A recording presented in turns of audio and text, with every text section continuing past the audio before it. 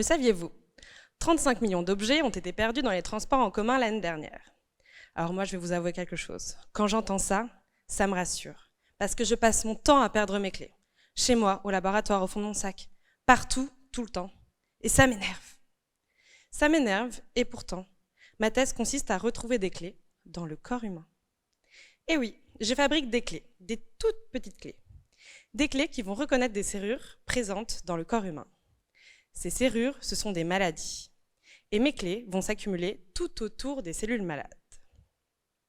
Alors, la partie qui va permettre de reconnaître la serrure est ce qu'on appelle une biomolécule. C'est une petite molécule qui va s'accrocher à des protéines fabriquées par les cellules malades, ou alors à des protéines fabriquées en plus grande quantité par les cellules malades que par les cellules saines. Et pour faciliter les choses, je peux changer cette biomolécule, l'adapter au cancer ou à la maladie que je souhaite observer. Mais alors, comment retrouver ces clés? J'utilise un trousseau, comme tout le monde. Mon trousseau est constitué de fluor 18.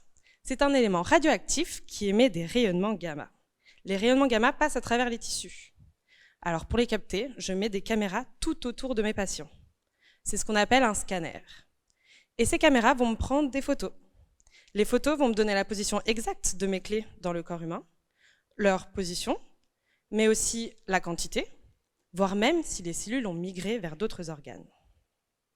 Alors oui, je sais, quand on parle de radioactivité, ça fait peur. Mais ne vous inquiétez pas, il est plus dangereux de se balader sur la côte de Granit Rose en Bretagne que dans mon laboratoire radioactif. Et en plus de ça, le fluor 18 a un temps de demi-vie de 2 heures, ce qui signifie que toutes les 2 heures, mes clés disparaissent. Et à la fin de la journée, mon patient peut rentrer tranquillement chez lui sans être radioactif.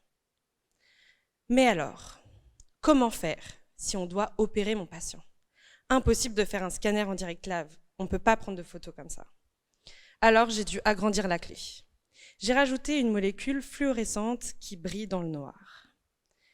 Ainsi, lorsque l'on injecte la clé dans notre patient, on fait un scanner juste avant pour vérifier que tout est au bon endroit, rien n'a bougé, que le chirurgien va opérer au bon endroit, c'est quand même important.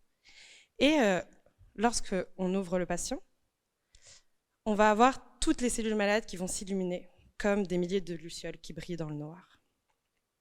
C'est ce qu'on appelle la chirurgie guidée. Et cela permet de garder un maximum de cellules saines tout en enlevant toutes les cellules malades. Donc comme je vous le disais, je fabrique des clés, des toutes petites clés dont on connaît la position exacte dans le corps et qui brillent dans le noir. Et elles sont bien plus faciles à retrouver que mes clés d'appartement qui sont au fond de mon sac. Merci.